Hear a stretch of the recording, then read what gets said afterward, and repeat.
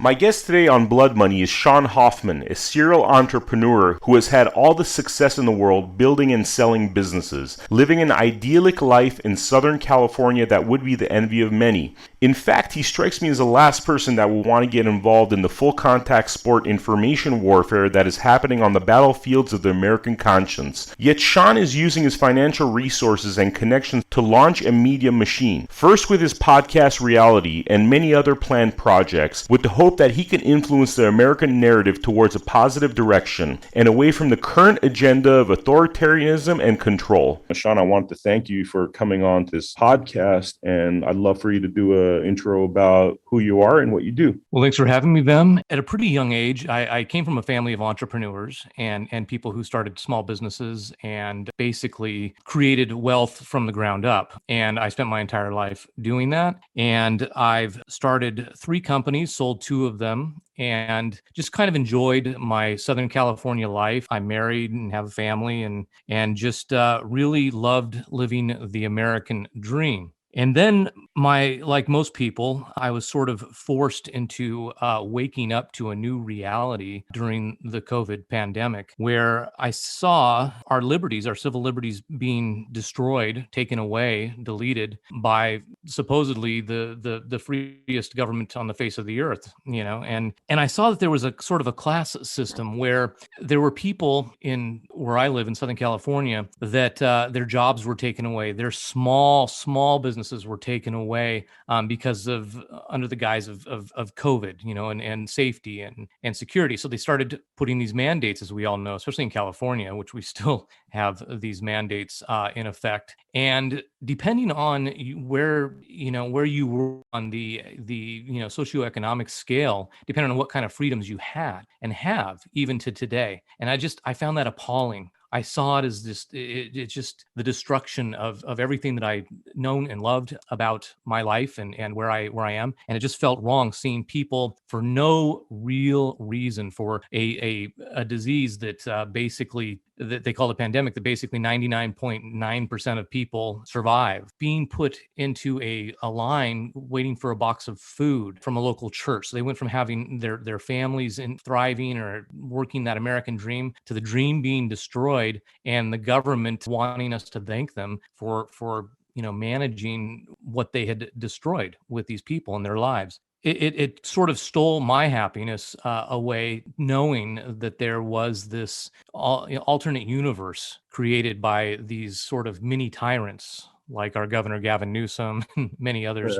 Yeah. It's funny because I just saw a picture of him at some sports event where there's like 50,000 people, and him and Magic Johnson are standing there without a mask while 4-year-olds are berated for not wearing their mask. Exactly. And so the hypocrisy, of course, we know about him going up to Napa, the French Laundry, and in the height of the Delta variant, and with a group of people and unmasked eating. And we saw Nancy Pelosi at a hair salon, not masked. And I guess it's what's surprising to me, and I have many people in my family and many people I know, obviously, and have worked with that are Democrats and support the Democrat Party and give large amounts of money to the Democrats, and yet they somehow are blinded to this reality. Yeah. It kind of reminds me of, there's that famous picture in the late 30s where everybody's saluting Adolf Hitler except for one guy who's got his arms crossed and unwilling to do that. And you wonder how come he, out of like this group of like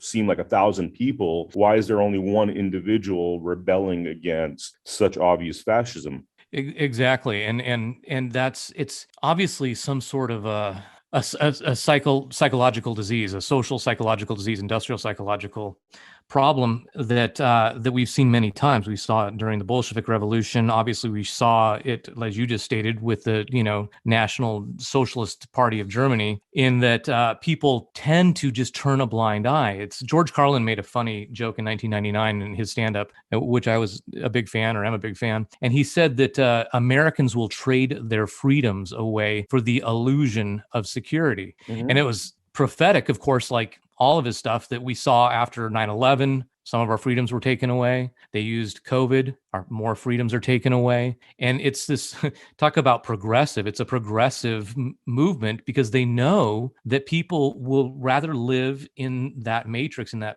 fantasy world, than to go head on against the machine. I just couldn't, there's something inside of me that just could not let that happen. And so I started educating myself as to what was happening. And I do know a lot of people in various industries that are tied. I know people that are directly tied to our governor, Gavin Newsom. And I began to learn things over this COVID period that were kind of shocking to me. And just like you, and this is one of the things that I like about you, Vem, is that you don't just put a lot of conjecture out there or conspiracy theories. You actually are very measured with how you deliver the information. And I'm learning from that. And what I want to do is use my resources, use my contacts and my abilities to uncover, to reveal. It's funny, apocalypse, the Greek word actually means to pull back the curtain, to reveal something. And I almost feel like we're sort of in an apocalyptic time right now where everything is being revealed as a result of this.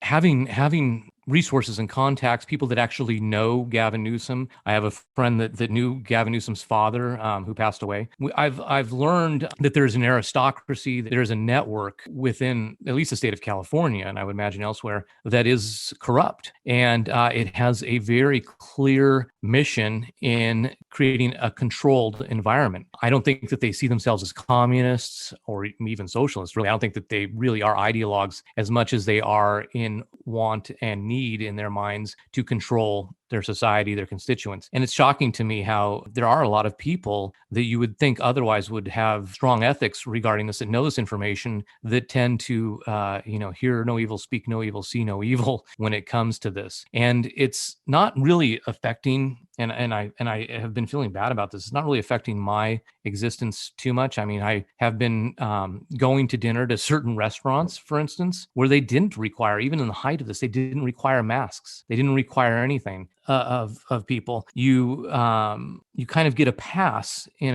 a certain socioeconomic arena, and everybody kind of knows what's really happening, but they let it happen anyway. And I just couldn't do that because I was watching on the local news, like I said earlier, people that were hardworking family people, middle-class people that were working just weeks prior, and then weeks later they had to actually, wait in a car line to pick up food. They had to get all sorts of government help to survive. And I just said, that's enough. So I'm, a person, and anybody that really knows me knows that I'm a person that will fight till the ends of the earth for what I believe in. Why are you, I mean, looking at your profile, there's a lot of people that have your level of success that are accomplished people that are just enjoying their lives and being, cooperative with essentially what is really a caste system. Why are you so brave? Well, I think that it comes from my core beliefs. I'm a Christian. I think I'm a patriot. I know I'm a patriot. It's the foundation of who I am, and I can't turn a blind eye to injustice or the weak or innocent being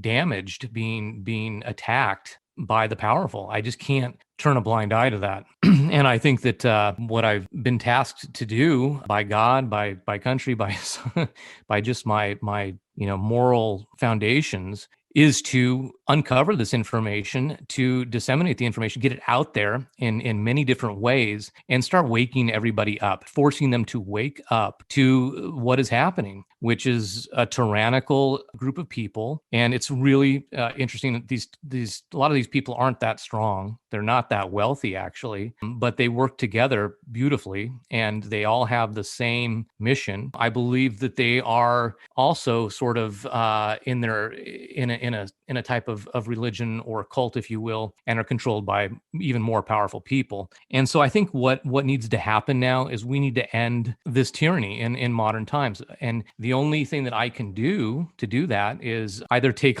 massive legal actions, which cost a lot of money and usually don't really go anywhere within our court system, or get this information out, organize with other people like yourself, Vem, to learn more, create more content, and let people know that what's happening is not a conspiracy theory. It's not somebody with a tinfoil hat in their mom's basement that has no real comprehension of anything, is on some sort of psychotropic drug regimen. It's it's not the case. There's people like yourself, like me, that are seeing, and there's a lot of other people I know. Some don't want to be made public, but they know, and they are actually as concerned as I am regarding this, and they want to get this information out, and they want to fight that sort of dark force that's happening in the world right now. So my incentive is just so that I can live with myself, so that when I'm on my deathbed, I'll know that I did the right thing. And I think that that's what more people have to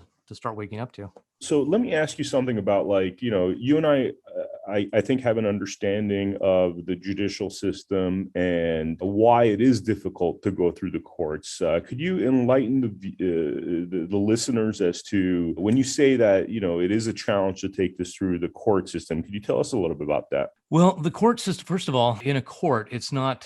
If you've ever been in a legal battle of any kind, you understand that there's certain rules first when it comes to going through the court system, in that you have to convince a lower court, and you have to have enough evidence and support for whatever complaint you're making on a particular subject. And then what you have is, especially when you're dealing with somebody that's powerful, has a lot of money, they usually have very large law firms. Those law firms can inundate you with information, so much so that it could take years to go through that information. So in other words, if I want to go after somebody like say a social services, or I want to go after a government agency and say, look, they're misspending money, and or a corporation, and they're misusing funds, or they're perhaps even laundering money or embezzling money, what they will do in response is that law firm will give us boxes of information in that discovery, of useless information that we have to sift through, which takes years and takes many attorneys and accountants to go through it. And then once you get through that and you go to, say, a jury, they will make it, they can twist the reasoning behind the financial improprieties that they've done. So they will actually take that information, they can twist it so much. It's kind of like when they said recently that and I know this for a fact, the biggest mistake that the Democrats made when they went after Trump in New York for his taxes was that it was hundreds of thousands of pages of taxes and documents, and that the juries and that the people at large would not be interested in that information, which is true. And so then you take something that's evil, that's happening in the world, and it's usually for money. It's usually for profit. It's usually for something. So if you're going to go after somebody, you have to follow the money. And in doing so, you end up in a very long, very elaborate, very expensive court battle. And that's just at the lower court. And then, of course, you have political courts, you have judges that can steer a jury. They can control the courtroom pretty well. And if you get the wrong judge who isn't reasonable or fair, and there are those that aren't, obviously we've seen that in the Supreme Court recently, they will find a way of manipulating that court situation where you have to then either appeal it or take it to a higher court, which is, again, going through the entire process again that I just mentioned. And so I'm not an attorney. I've worked with a lot of attorneys. I've dealt with court battles in the past, and it's not easy. Now, you talk about going after a major organization, a big bank. I've never gone after $1 trillion organization or a massive governmental entity. And so if you just let that marinate for a second as to what it takes to go through the court system, the different barriers that you're going to run into, especially political ones, it's really, really hard. And you do lose your audience. I mean, journalists, it's a very boring subject, actually, most of the time, unless it's a criminal case and it's a murder case and it's something really simple. But in the things that we're talking about, to go after these entities that are corrupt, to go after these people that are corrupt, it's a long process. And then the last thing, Vem, I'll say in that long diatribe about that is that while you're spending those years going after these people in court and spending millions of dollars to do it, what are they doing? They're continuing to run their criminal enterprise, or are doing the same things they've been doing anyway, and they're furthering that agenda. So it seems better to spend the money and the energy and all the resources on illuminating, shedding light on those things, because that's what's powerful. Because when enough people wake up to something horrific happening in their midst, they'll react, and they'll react in the voting booth. They'll react a number of different ways, and that's what sways the pendulum. So what you described is basically something that's unlawful, called legal attrition, or war of attrition. Why is it that that alone is not punished? Why is it that when a law firm is clearly just putting garbage forward just to make sure that it's boxes and boxes of information that drag things out for years and years, why is it that that's not stopped as it happens? Well, I think that the easiest answer for that is there hasn't been a law, whether it's in Sacramento at the state house or in D.C., that hasn't been written by a major law firm. The attorneys and the aides working for these Congress people and senators, they're not writing anything themselves. They don't. I can tell you, most of them aren't even reading the laws that they're voting on and signing. These are created by lobbyist firms, which are basically law firms, and they have created the system just like the tax system in the United States. It's complexities for a purpose. It's not because they need to have such a complex penal code and such a complex civil code or tax code, but they do it so that they can manipulate the situation when need be. And everybody kind of knows that. They understand how that works, and they understand that most people don't have the attention span or the knowledge to be aware of what's actually happening. I'll give you an example. What I often talk about, which I think is funny, is people that I even know, or I should say, that aren't in business, that haven't ever connected with these people. They believe that the one great thing about the industrialized world, the United States, England, is that politicians are never on the take. They're never getting those briefcases full of cash, right, that you see in the third world. Well, in fact, they are, and everybody knows how that's done. So I have a corporation. I have a for-profit corporation. I'll set up a nonprofit corporation, and I'm going to call it, the Vem Miller Foundation. And the Vem Miller Foundation has my cousin running it. I'm not really connected with it, other than I support it because it does a lot of good things and it disperses money to a lot of great causes. And so I want a politician to pass a law. So I hire a lobbyist firm, and I say I want everybody to buy my widget. I want everybody to buy my widget in the state of California because it helps them be safe. And the firm says, okay, well, that's to hire us and retain us and all the work that's going to take to do. We're going to need about $3 million. Okay. Here's $3 million. And then they go to work and they write a statute, they write into a law, a bill, and then they give it to the state legislature, they give it to the Congress, and then they start meeting with their contacts. And a lot of these people in the firm also were former Congress people or aides. They go in and they start pitching this law, and they say, look, another thing is that we'd like you to sign this law. It's a great thing. You just need to go ahead and sign it. By the way, the Vem Miller Foundation is having a graduation speech at Yale this week, and it's in front of the business law class. And we'd like you to come in and do a 15-minute speech. And of course, we'll pay you $250,000 for that 15-minute speech. Oh, okay. man. Yeah. And the politician says, okay, I'll go ahead and sign that law. And I will put in my book that I'm going to be at Yale to do that speech for the Vem Miller Foundation. That's great. And there's your briefcase full of cash. Now, that is usually too complex for most people to really wrap their minds around. And it happens every day. And so it's funny when people often say, well, how do these politicians that have been, career politicians their entire life, how do they create so much wealth? How do they accumulate so much wealth on a, $150,000 a year salary? Well, that's how. And that's why they do it. And again, the court system, remember, a lot of these judges, if they're local judges, they're voted in mostly. And if they're federal judges, or state judges, they're appointed. And they're appointed by those same crooked politicians. So what do you think the solution is? I think the solution is to basically undo, and this goes into a long subject. We have to undo, as you know. Did you ever read? I don't know if you ever read Saul Alinsky's Rules for Radicals. I haven't. No. Okay, well, in that, he sort of basically elaborates on, I think it was a 1963 Communist Manifesto, on how to kind of take over a country. And he says certain specific things like change language, change the definition of words, demonize your opponent by labeling them with those words, racist, sexist, whatever it may be. And then the key is basically the minds of everybody, which is controlled by the educational system and the media. And so people have been programmed, even into social media now, they've been programmed to have a certain attention attention span to focus on certain things. I mean, every show has been a cop show, right? I mean, that's on purpose. Government is good.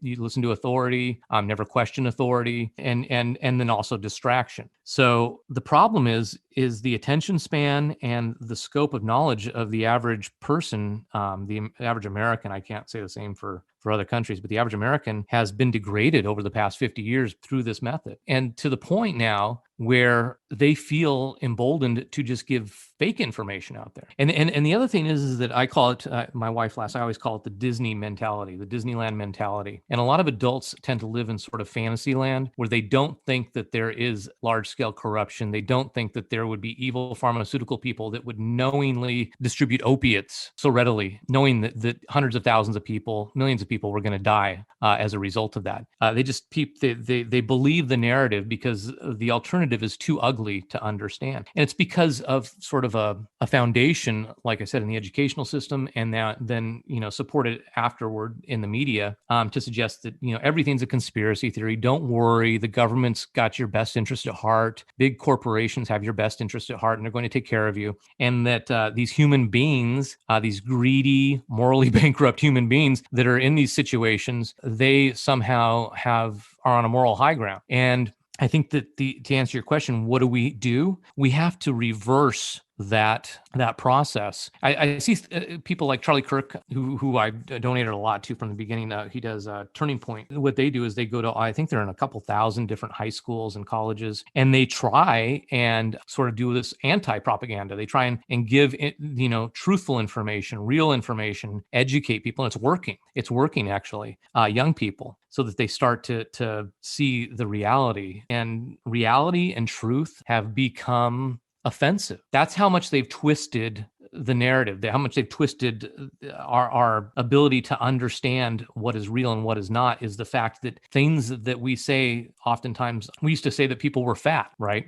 The Bible says gluttony, right? The person's gluttonous, they're fat. And there was shame in being fat. And now that's offensive. In some places that could get you kicked out of school, calling somebody fat. That could get somebody suspended for saying something. We, through this sort of Oprah Winfrey generation, we've become so convoluted in what is in our realities that up is down and down is up. So the key is to undo that, Vem. It's to find different mediums in different ways, and that's what I think is great about your stuff, is that how the craft of keeping people's attention while delivering this truth, this information. And that's what I want to put my resources towards, is getting the information, putting it out there, and then being ready for the fight. There's obviously a cancel culture, and a lot of people like myself are afraid of being canceled. They're afraid of their businesses being attacked. They're afraid of financial hardship from dealing with whatever may come at them. It's just sort of the boogeyman. For many reasons, I'm not afraid of that, and I will fight back. And if you're gonna come at me and cancel me, believe me, I'll put all my resources and everything I can to come at you. And I think that's what our side has to do, is we have to say, no, enough. This is the truth. This is reality. Gravity exists whether you like it or not. And we're no longer going to ignore things that are really evil in our world. Just because it's comfortable, just because we have some sort of undefined fear of that boogeyman that's going to come at us. I think that we have to just get that information out, and good people have to use their talents, use their resources, and get this information out. It's an information war. It's truth versus lies. That's what this is all about. It's all about programming people to become sort of dutiful, mindless drones that follow whatever narrative, parrot the narrative, and respond exactly the way they want them to. So that's what's happening. And to you and myself, I mean, some of these things might seem simple, like the paying off of the politicians through the Van Miller Foundation at Yale, right? Yeah. But it's like that to a lot of people is unthinkable. In fact, they can't even wrap their minds around it. I've talked to a few people that I know that are educated people, and they still have sort of a puzzled look on their face when I've told them that that's exactly how it happens. I mean, we keep hearing this phrase, like, take big money out of politics. Is one of the solutions just abolishing this idea of lobbies and having, the people be the lobby? So the people's voice is now equal, as opposed to this caste system where the wealthy, powerful are able to have their voices be heard through financing. Yes. The answer is yes. Yeah, no, that's what has needed to happen for a very long time. So it's that needs to happen, and then also too, I think transparency of the bureaucracies. I don't know if you're familiar with. I know you've traveled a lot, but in France, I have friends that are half their family lives in France, and they go there constantly, and they have businesses in France. When you pay your income tax, you get your tax returns back. It basically just gives you everything. It just gives you a copy of what you basically sent in and that they verified. In France, what they do is when you pay your taxes and you get that return back, or you even get the tax bill, for instance, it states exactly where percentage wise, dollar wise, your tax dollars went. Oh, wow. That's interesting. It is interesting, and it's part of transparency. And I think that the bureaucracies within our government, from the educational system to the FBI, have become so powerful in themselves that they control the politicians. I can tell you, which we're going to be talking about with other people. I know firsthand that the NIH and the National Institute of Infectious Disease and Allergies, they lobby senators, they lobby politicians with the money that they get from the government. Wow. And so they use the same thing. So they go through these lobbying firms. So these bureaucrats like Tony Fauci, they control huge war chests of money that they can use for legal causes. Mm-hmm. And then they lobby these senators on both sides of the aisle. It's not necessarily, it's actually a lot of Republicans as well that are lobbied by these entities. And then they give more money to that entity. Now, I don't know if that's being done by these other agencies, but I would imagine that it is if it's being done by those. So right? essentially, like Tony Fauci, who's obviously very interested in pushing this COVID agenda and having this never end. So you're telling me that he's able to lobby politicians through money in order to continue supporting that agenda. Correct. And then those politicians sit on committees that control law enforcement, military. Think about that. They control law enforcement. So you can have raids on people that make absolutely no sense based on the push from another government agency not liking what somebody's saying or doing. And that's scary. I mean, that's basically, Stalin and the former Soviet Union. That's how they operated, right? You show me a man, I'll show you a crime. So we've gotten to a point now where people are intimidated. I actually know a doctor, and she sits on the board, as a lot of doctors do actually, of the FDA, and she's highly credentialed, highly successful in Los Angeles, and is afraid to give out information. Is literally afraid for her safety, if you can believe that, to divulge things, afraid of what might happen, not knowing exactly what would happen, but they've seen people's clinics raided, they've seen IRS raids. They've seen FBI raids for various reasons. And even when you come out the other side of it clean, it's cost you, a couple $1 million in legal fees and destroyed your business. So we are literally living in a place of tyranny where we're under an authoritarian government right now as we speak. They don't have total control.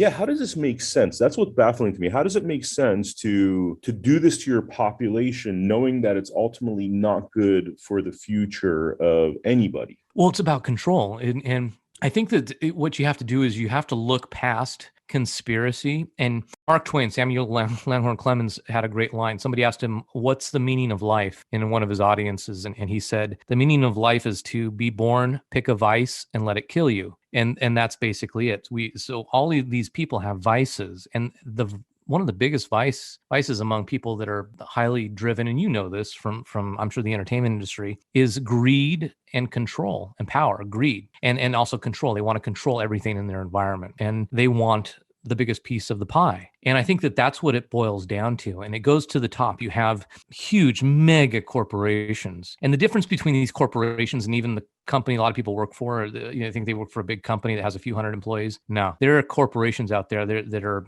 and they're structured in such a way too, where they kind of keep the PR away from them by breaking up the company into, say, 10 different corporations in 10 different countries. But it's really the same entity.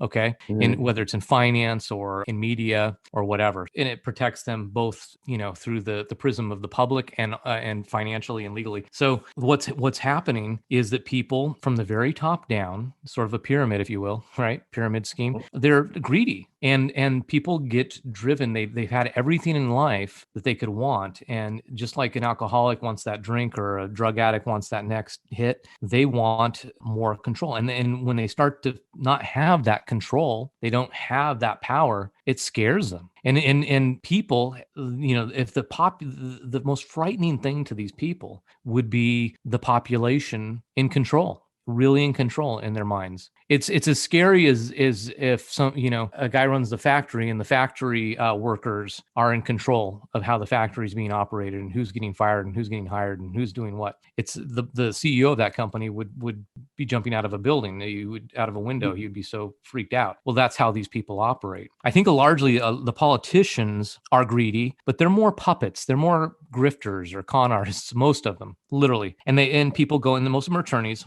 and they go into that field because they want to make wealth by being that medium, by being that talking head that controls the populace, for the people behind them that are pulling the strings, and those are the mega corporations. It's not really all that complex. I mean, since recorded history, wars and murders and all the bad things that we've seen in every country throughout the entire, like I said, recorded history has been about greed and power, and the power and control is to accommodate the greed. So it seems like the first step is to get rid of lobbies, because that's how a lot of this stuff is done. And I'm just hearing you talk about these things. I've identified two things, which is one, getting rid of the lobbies, and then essentially you have hidden monopolies. Now, big corporations with a lot of splinter, smaller corporations that to the public eye seem like just a bunch of smaller corporations and hence benign to a certain degree, but it's really this mega corporation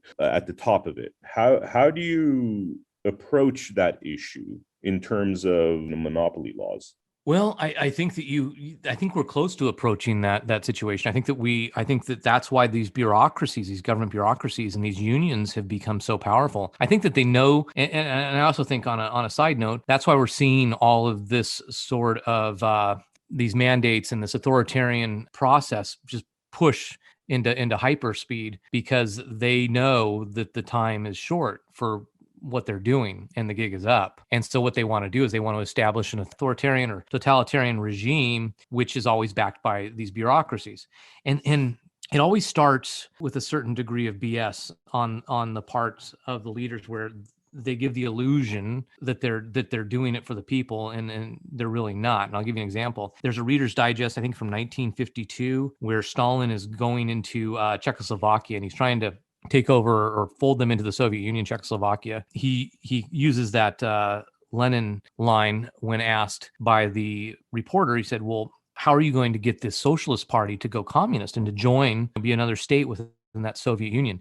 And he said, well, these are my useful idiots, and basically I'm going to promise them everything. They will think it's okay to compromise their principles and to give up their power in order to get free education, free healthcare, the idea of safety and crime going down, and to be protected from the West, to be protected by the Soviet military. And he was right. And the socialists then basically turned into I don't even know if you call it real communism, but whatever the totalitarian regime of the Soviet Union was. And then those leaders that were in Czechoslovakia at the time, most of them ended up in the gulags. And it's the same thing, where now you don't even have, like in Soviet Union, you didn't, or in China, you really don't have politicians. You have a massive, powerful bureaucracy.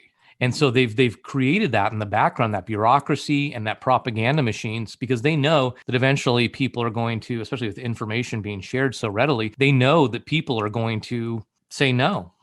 No more lobbyists, no more, if a law is written, let it be written in the halls of Congress. Let it be transparent to the people. And so now the bureaucracies, as we've seen, are taking over. OSHA, the FDA, the CDC, the FBI, the IRS. These bureaucracies have more power than our elected leaders often.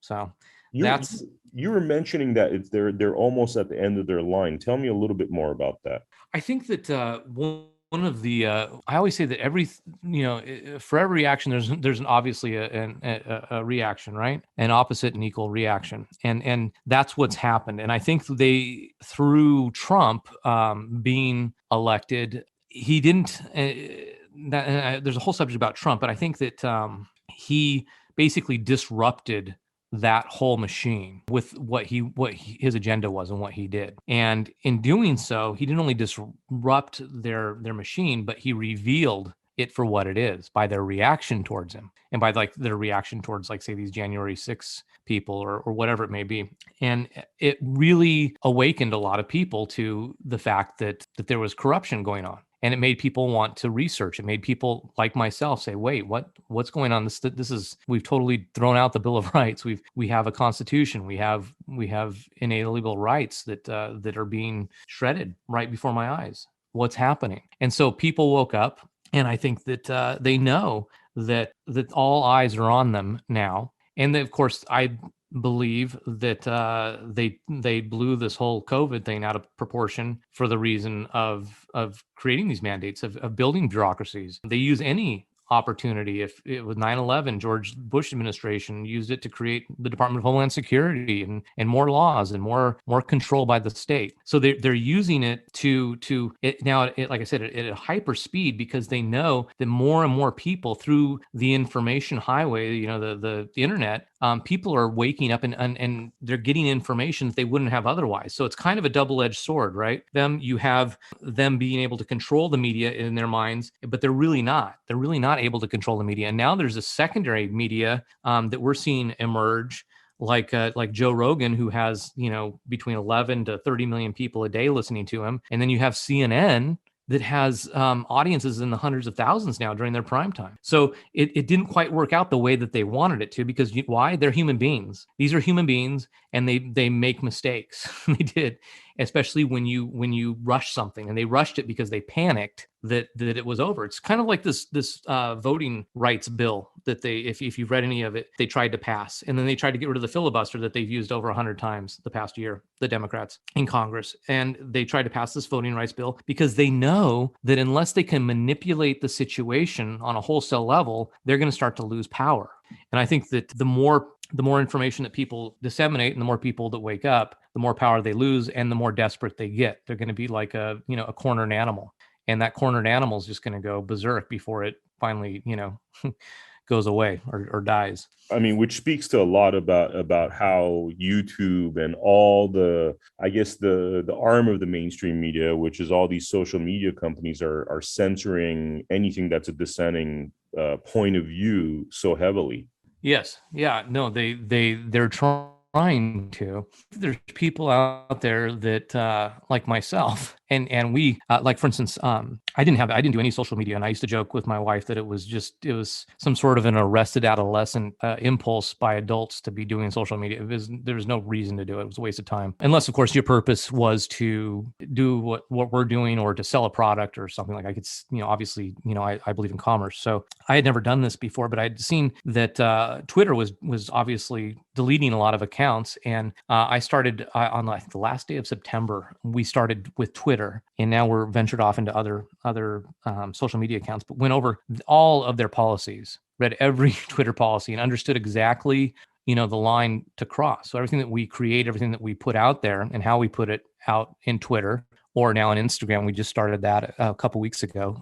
And so we're building up those audiences. These, again, people in Silicon Valley, they're not that smart. And these big corporations, and I used to go to Frisco all the time and knew a lot of people that were at Google. I knew people at YouTube. I know one person at Facebook. These are people that are kind of high up, and they have their own. These companies are so big, Vem, that they have their own internal issues, especially with the state of California the way it is, where the tail's sort of wagging the dog within these companies. Mm-hmm. And what's happening is you have these insane kind of quasi Antifa type ideologues that are in middle management, and they're basically intimidating the upper management and the board of these companies into having certain policies put into place, which obviously involves censorship. Mm-hmm. So and these people that have started these behemoth companies like Zuckerberg, he started in 2000. I think that's kind of why he's moving to Austin right now. I think they've just lost control.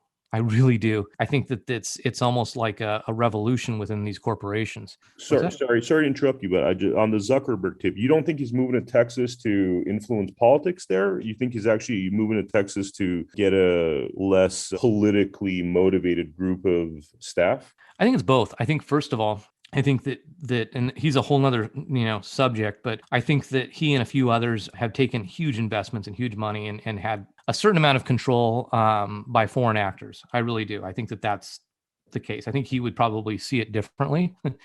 But that's really what's happened to a lot of these people. So yeah, he'll definitely try and push politics into more of a convoluted place, which would be more to the left, because that's what the left's doing right now. It's not the party of John F. Kennedy, I'll tell you that. Yeah, he's going to do that, but I also think it's also, and the same with Elon Musk. I do think that they tend to lose control in Silicon Valley. It's basically I mentioned the Bolshevik Revolution. It's that period of Russia where the workers are completely, and in Silicon Valley they're completely insane, and it's just this mass psychosis, and they're working within that industry, and they think that their duty, their mission, their god is that socialist, politically correct agenda, and they will just like a good dutiful cult. They're gonna make sure that nobody violates that. And what I was going to say is the silver lining of those people running those companies is that they're stupid.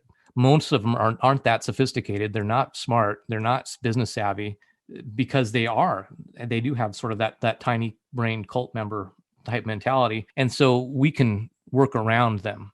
And that's the silver lining that I see with these social media companies. Yeah. And I think what I like to do is dispel the fact that these people are scary. They have a lot of money, they have a lot of power, but they're just people that are basically morally bankrupt, leading these companies. Usually, in my opinion, in some cases, my knowing, are beholden to other actors that don't have America's best interest at heart. Yes. So since the show's called Blood Money, I have to ask this question, which you've probably answered this throughout this interview. What does blood money mean to you? What is blood money? Blood money is anything that you do to create wealth for yourself that compromises your principles, your morals, where you basically you're willing to sell your soul for money, and in doing so you're hurting other people very badly. I think that that's what blood money means to me. I think it's anything that you do where you